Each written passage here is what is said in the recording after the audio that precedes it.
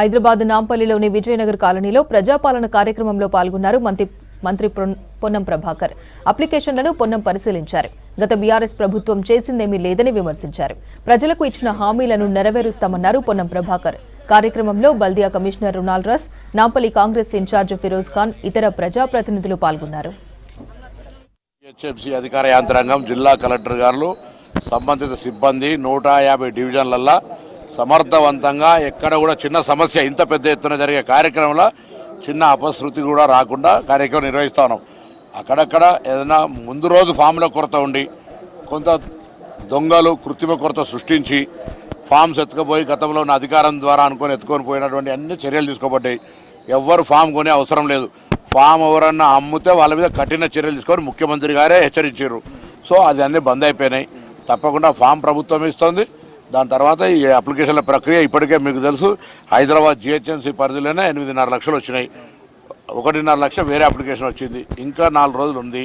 ఆ 4 రోజుల ప్రక్రియ లోపల తప్పకుండా ప్రజలందరినీ కోరుతా ఉన్నాం, మీరు అప్లికేషన్ల ప్రక్రియ చేపట్టుకోండి. ఈ యొక్క 6 గ్యారెంటీలకు సంబంధించిన ప్రభుత్వం ఇచ్చిన సూచన మేరకు మీ జేబులో పైసలు లేకపోతే జేబుల పైసలన్నీ ఖాళీ అయినాక నువ్వు ఎట్లా నాకు భోజనం పెట్టవు అనేది తెలుసుకొని నేను మాట్లాడుతున్నట్టు అయిపోతుంది.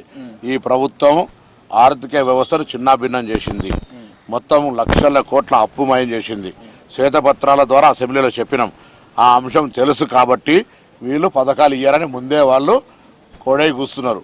అయినా సమర్థవంతంగా పరిపాలించగలిగే కెపాసిటీ ఉన్న కాంగ్రెస్ మేము ఇచ్చిన గ్యారంటీలకు అనుగుణంగా వాటన్నిటినీ కాల పరిమితి లోపల పూర్తి చేస్తాం. మీరు ఆందోళన చెందకండి, పరేషాన్ కాకుండా. మేము ఇప్పటికే 2 గ్యారంటీలు ఊరూరా మహిళలు బస్ ఎక్కిపోతా ఉన్నారు. నిరంతరంగా కొనసాగుతుందా లేదా, ఎక్కడ ఇబ్బంది వచ్చిందా? సో భవిష్యత్తు కార్యాచరణ కూడా అట్లే జరుగుతుంది. కొత్తగా ప్రభుత్వం వచ్చిన నెల కూడా రేపటికి ఫలితాలు ప్రభుత్వం 7వ తారీఖు ఏర్పడ్డది. ఈ నెల కూడా కాలే. ఎందుకు ఆందోళన చెందుతున్నారో, వాళ్ళకి ఎందుకు అంత ఆతృత వస్తుందో, ఎందుకు అపశకనాలు పెడుతున్నారో, ఎందుకు పూర్తిగా శాపనార్థాలు పెడుతున్నారో ప్రజలకు తెలుసుకోవాలి. ప్రజలకు అర్థమవుతుంది. ఎవరు కానీ కనీసం నెల రోజులు కానీ ప్రభుత్వాన్ని ఇటువంటి శాపనార్థాలు పెట్టే రాజకీయ పార్టీ ఎక్కడ కూడా చూడలే. ఈవెన్ బీజేపీ కూడా కొంచెం నిన్నేదో వాళ్ళు మేము చూస్తాం పరిశీలిస్తాం అన్నట్టున్నది. ఆ కామన్ సెన్స్ కూడా లేదు వీళ్ళకు. అలా ఎల్పిజి మీరు సిలిండర్ వాడుతున్నారు, గ్యాస్ నెంబర్ తీసుకుంటే మీకు ఎంత ఎట్లా అనేటువంటి ఒక వివరాలు అడుగుతా ఉన్నాం తప్ప అందులో మేమేం దొంగ సమాచారం హైడ్ చేసి అవసరం ఉన్నటువంటి కాదు. గ్యాస్ సిలిండర్ అయితే ఓపెన్ డొమైన్, పబ్లిక్ డొమైన్. మేము దాని డాక్యుమెంట్ అడుగుతలేము. నెంబర్ అడుగుతుంటే కూడా ఎందుకు ఇబ్బంది పడతారు అనేది నాకు ఎవరికి ఇబ్బంది?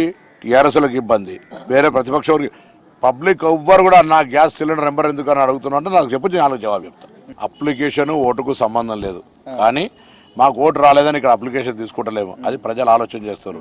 మేము ఎందుకు ఓటేయలేదా అని ఆలోచన చేస్తారు. భవిష్యత్తులో మా వైపు తప్పకుండా వస్తారు. పవర్ని సొంతం కాదు, నా సొంతం కాదు. పవర్ ప్రజాస్వామ్యం. సో నీ పవర్ అయినా నా పవర్ అయినా ప్రజల కొరకు ఉపయోగించాలి. మీకు విజ్ఞత ఉంటే గత 10 సంవత్సరాలు ప్రభుత్వం నడిపినటువంటి మంత్రిగా మీ కార్పొరేటర్లకు కానీ మీ వాళ్ళందరికీ ప్రజాస్వామికంగా అధికార యాంత్రాంగం చేస్తున్న కార్యక్రమంలో చురుకుగా భాగస్వాములు కమ్మని కోరమని మాజీ మంత్రి గారు విజ్ఞప్తి చేస్తున్నారు.